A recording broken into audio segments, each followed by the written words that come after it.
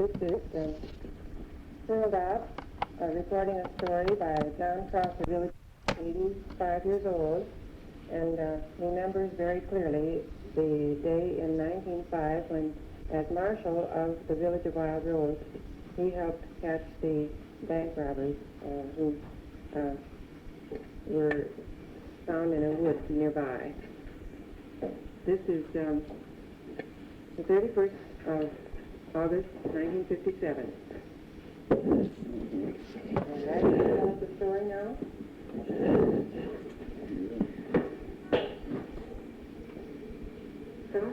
All set. All set. Mm-hmm.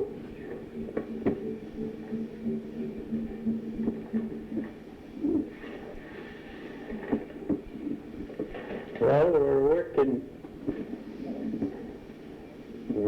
in both places at the same time. The robbers, you mean? Yeah, the robbers were working both in the post office and in the bank. Two was in the bank and two was in the post office, blowing up the safes. Well, did you begin from the time when two men came to your house at night, you know, when you were almost through with your work? Yeah, well, that's was the start of it. And of course, those people came. I didn't know anything about it at that time. You see, I had to go to bed before they went to work. Mm-hmm. See, they went to work after I went to bed. Well, I mean, the two men who came to your house and wanted to stay overnight. Yeah. Did you begin there? Tell that? Yeah, well, they came there after I closed this places up. Mm-hmm. They had saloons here then, you know, too. And you had to close them at 11 before you went home? I had to see that they were closed and before I could go home. And then when I went home, these two men were at the door trying to, wanted to, You wanted to stay all they night? wanted to find out where I was. You know. Mm-hmm. So they were talking to my wife, and they wanted a place to stay. And she says to them, "Why don't you go to the hotel and stay?" They said, "This hotel is full. There ain't no room in the hotel." And she says, "Well, we haven't got no room here." And just then I came up from uptown. Had everything closed up. And I says, "Well, boys," I says, "what you doing here?" He says, "We're potato diggers and we want a place to stay all night." And, well, I says, "You can't stay. We haven't got no room in the house for you." And I says, "I can fix you a place in the barn if that'll satisfy you." And that would be all right. That was fine. They just what suited them, you see. Then they could watch me, you know where I was.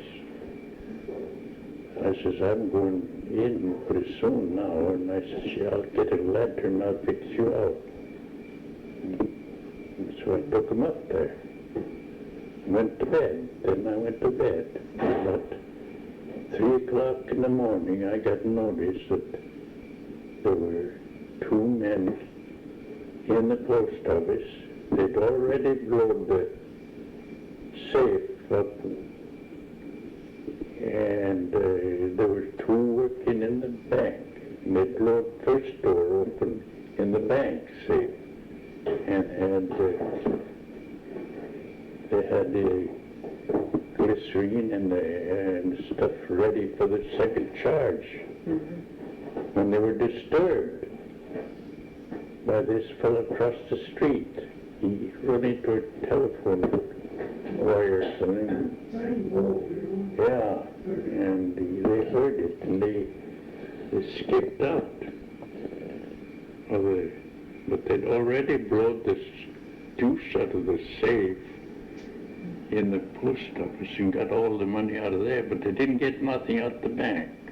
But they had the charge already to blow it, the second charge. But we had to get an expert afterwards to fix that up.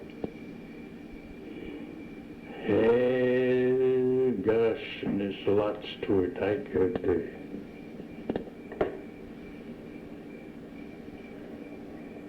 remember it all. I can remember it all, but to wait it off is... Well, you don't need to worry about wording it. That's fine. How you went down by the Comiskey School last year? I cracked them out then, as far as they crossed the bridge. I knew they crossed the bridge, some of them. And so I cracked them as far as the Comiskey Schoolhouse, with a lantern even. They could see me, of course. How foolish I was. But they turned off there and went off towards, by the Comiskey, they went off towards Idlewild and up through by first that way. I could track them once in a while, you know, see their tracks. I knew their tracks. And they went as far as Hanwell Schoolhouse, and that's the last place I could find a track. So they either went on the grass along the fence up on that hill, or else it was over on the grass next to the lake. So we figured they would get down where there was water next to the lake. So I went down in through there, and I thought to myself, oh, gee whiz, I don't know. If there was 4 of them, what'll I do against 4 if they've got guns and everything? I won't be able to handle 4 over myself. So I says to Nash, I says, we better go back and get up a posse. That come to my mind right away. Get up a posse, surround the country around through there. So that's what we did do. And we hunted, didn't find nobody on that side. So it ran along towards sundown. It was getting late. And everybody wanted to get home, and they said, there's no use. Them fellows is far enough gone now. You won't find them. You might as well look for a needle in the haystack. Well, I said, there's just one place I'd like to look over yet before we go. If some of you will volunteer to go with me. So a few volunteered, Johnny Roberts and some more fellows that was good shots. I placed them each side of the woods, some on the south and some on the east and some on the west end and then some on. Then I says, when you get set, I'll go through the center, and if there's anybody I could see between it wasn't very white pieces. You could see from one field to the other. So trucking along, for I see 4 fellows coming towards me, but looking the other way around.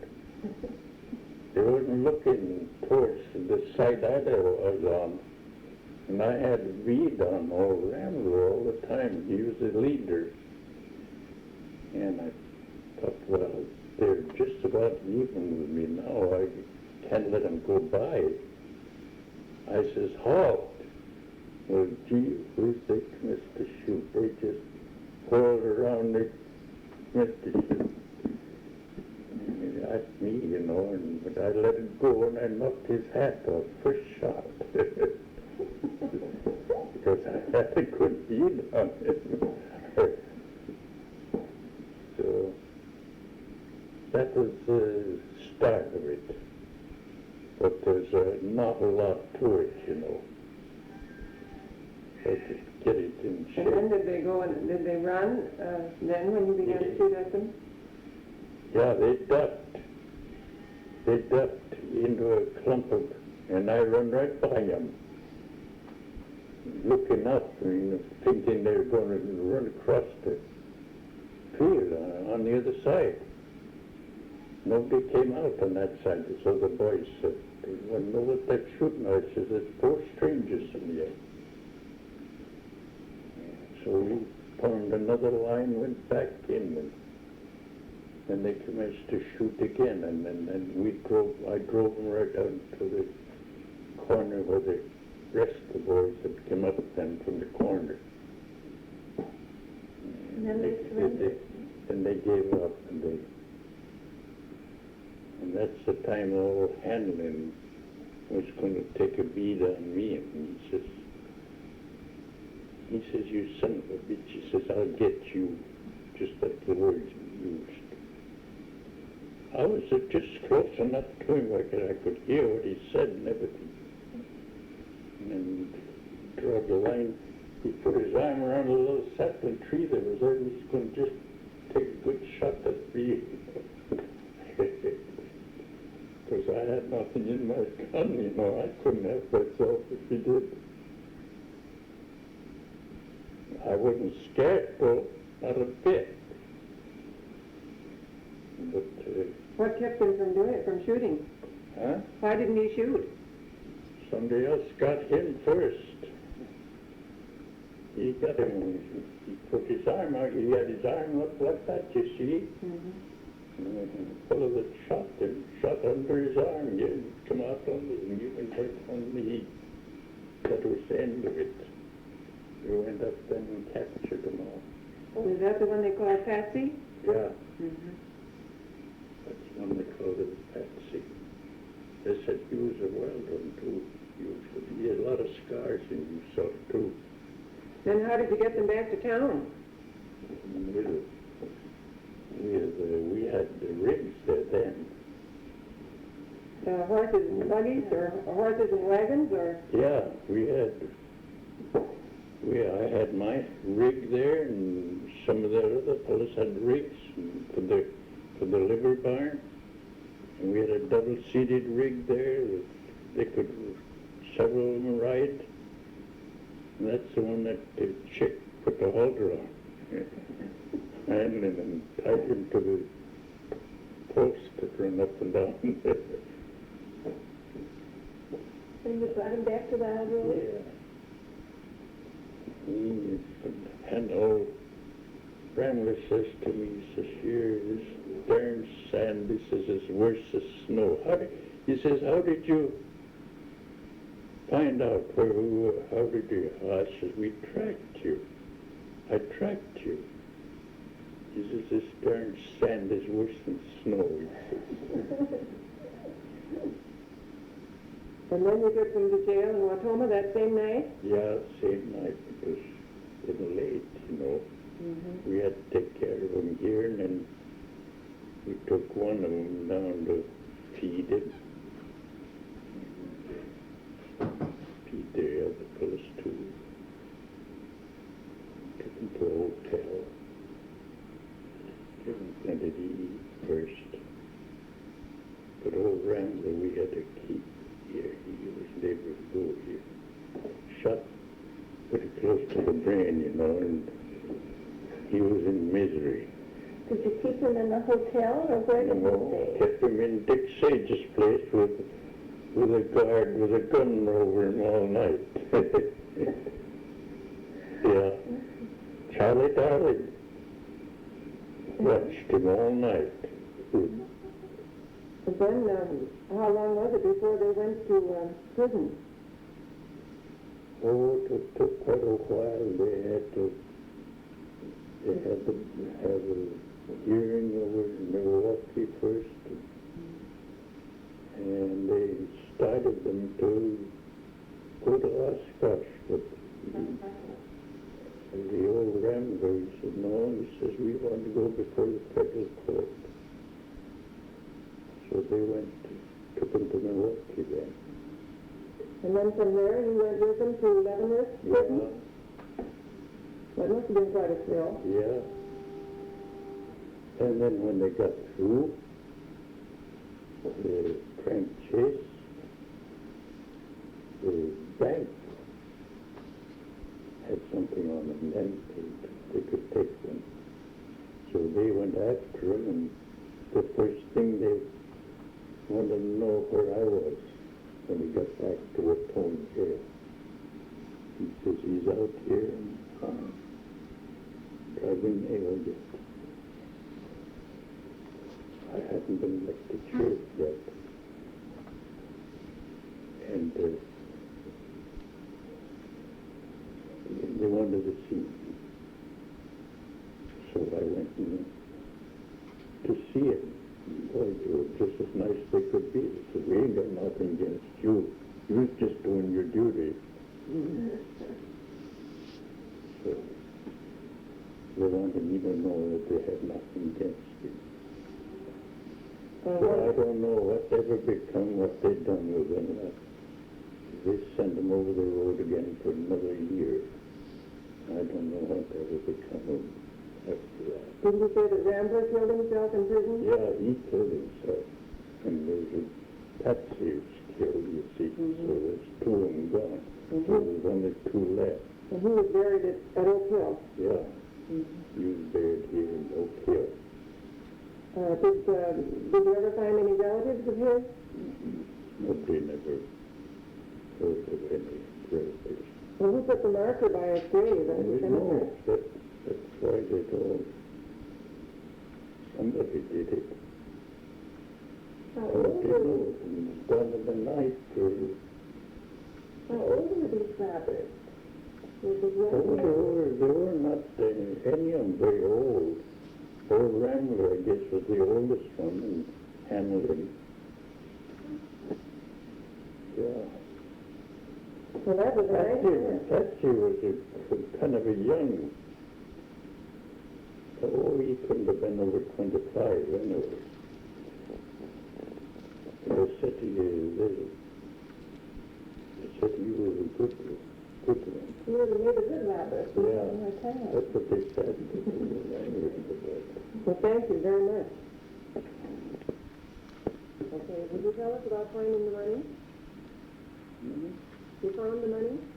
Yeah, we found all the money that they took out the post office on their person, except $40 or $45, whatever they had it all divided, you know, equal. Each one had his share in a little handkerchief when he tied up in change and bills too, whatever there was in the post office. And we got all the money except $45. But we went back the next day, but somebody then they ahead of us, I guess, and got the money. And did you get anything out of it at all, yourself? Boy, we got the reward. We got that reward, and I divided that all. I don't remember what it didn't amount to. It didn't amount to. There were so many of us, it didn't amount to such a. I think we got if I remember right, $1,400 reward altogether. Well, thank you.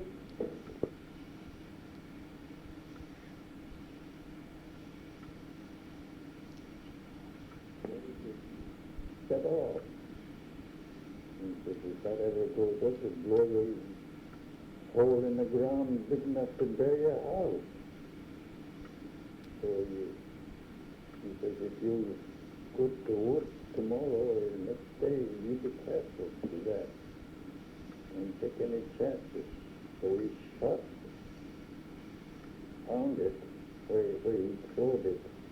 When he captured and we took after him, he throwed that, got rid of it, dropped it. He told me right where it was. So I got we got a gun and somebody shot it. You ought to see that thing blow up. Made a hole there, you could bury a house. Who warned you about that? Hmm? Who warned you about that? Oh, Rambler. Who did? Yeah. Well, he was pretty... Yeah, he didn't want me to get hurt or any of us to get hurt with that on his account because it made it all the worse for him, you know, I suppose. Who were the local people? Who went with you out there? Who was in the posse? Oh, next day? Mm-hmm. Oh, I don't remember oh, gosh, I can name a lot of them. I forgot now. Your brother Louis? Yeah, and Jim Roberts and the mail carrier from Berlin. What was his name, too? Dick Davis? No, this wasn't along. But there were a lot of them from here, you know, at that time. I think Hawk Six was some of them. Arnold Hawk.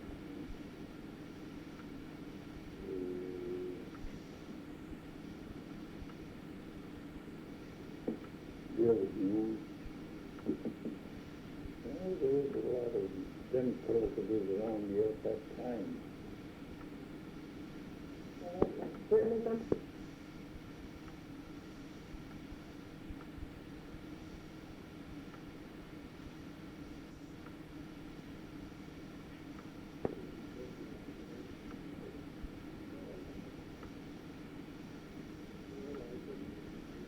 Did they have a regular minister? Remember his name? Did they have service every Sunday? Oh.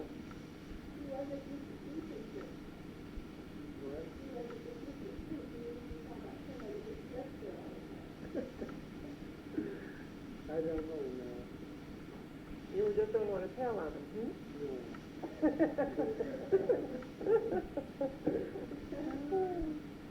No, I can tell anything interesting, I will.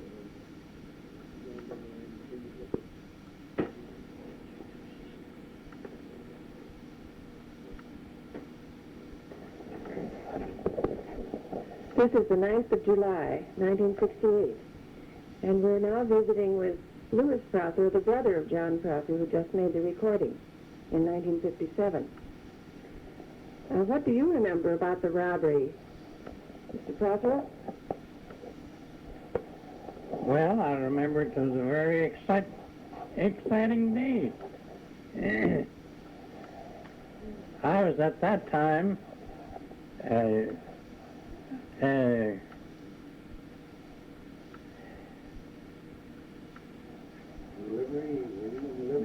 not at that time, no. But I was dreaming. I run the dray here, and the four men that slept in my brother Johnny's barn, we picked them, and they called me up from the depot to come around the back street and help pick them up.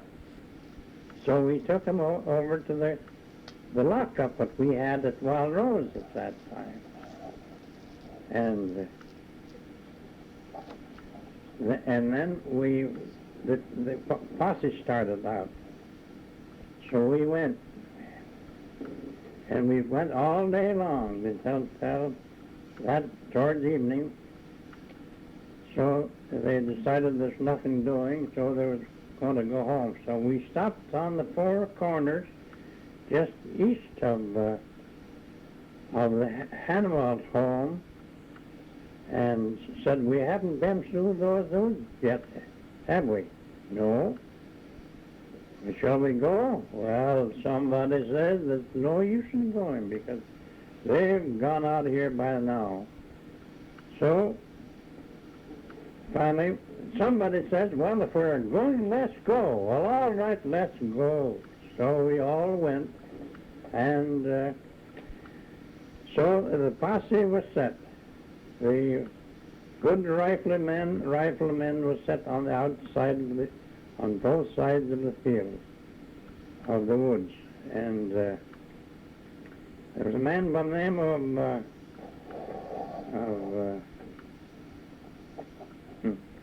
can't think of his name now, but he was a stranger at that time here. They put him and I to go out to give us a few minutes to start with, to go to the north end of the woods. There's a rail of fence, and we were supposed to take each side of the fence, and come down and meet Johnny and I.R. Nash would start and come towards and meet us. We didn't see anything of them until I heard our brother Johnny holler for them to halt, and they started shooting right away. Well, just as soon as they started shooting, then I got a glimpse of them. Well, I had a shotgun. I was shooting BBs. And well, I let her drive in the brush there, but I don't know whether I hit anybody or not. I don't think so. But Johnny shot, and I saw Rambler's hat fly off from his head. Well, so we lost them then for quite a long time. So we kept circling, getting where we saw them the last time, and the brush was so thick there that we couldn't see but a few feet ahead of us. But finally they took to their heels, and we got them cornered in a ravine closer to the road. And there's where we had the battle. And there were several there, lots more than I can begin to think of.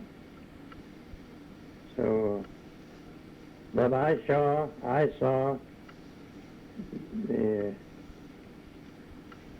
this man killed. I saw the man shoot him, and I saw him take the bead on him, and he never knew whatever hit him.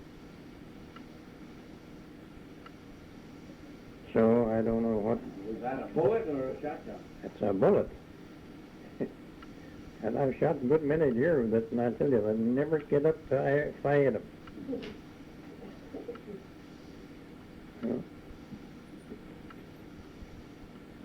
Well, I don't know. Tell us about the gray business. Well, we took them to put them in the lockup. Oh, I mean, when you were hauling gray, when you were. Oh, well, there were loads and loads of goods come on the depot here. Platform on both sides of the depot at that time. You remember that, don't you? Don't you remember that? Big stuff, too, wasn't Eh? it? A lot of it was heavy. Oh, everything came by freight, you know. Everything came by freight. Sure, everything. Oh, yes. You had a team of horses, I suppose. Yeah, yes. I kept that for a year, and then I sold out to Johnny. Surgeon? No, Johnny. Clyde. Johnny, Jeffers. Why did you do it for? Oh, just a minute. Clayton, Johnny Clayton. I bought more Milliken out, and then I sold out. I run it for a year. Then I took a trip to Tacoma, Washington, and came back. And Where was your old home? on where I was born, right over here, first house east on the left-hand side of Pete Popeck on trunk line A. The house is gone now. No. Oh, that. There's no house there now. That is my grandfather's house. That's what I thought. Yeah. But that's where we were all born. Well, you had some interesting experiences in the livery barn, too. Didn't you have runaways or something? Oh, yes, and runaways, all kinds. I had runaways. My fellows took them out there. One runaway was the man that I had working for me. He went off and left the team there was naturally a runaway team anyway. He went off and left them. And this runaway. I never saw the buggy afterwards. Then I used to drive them myself.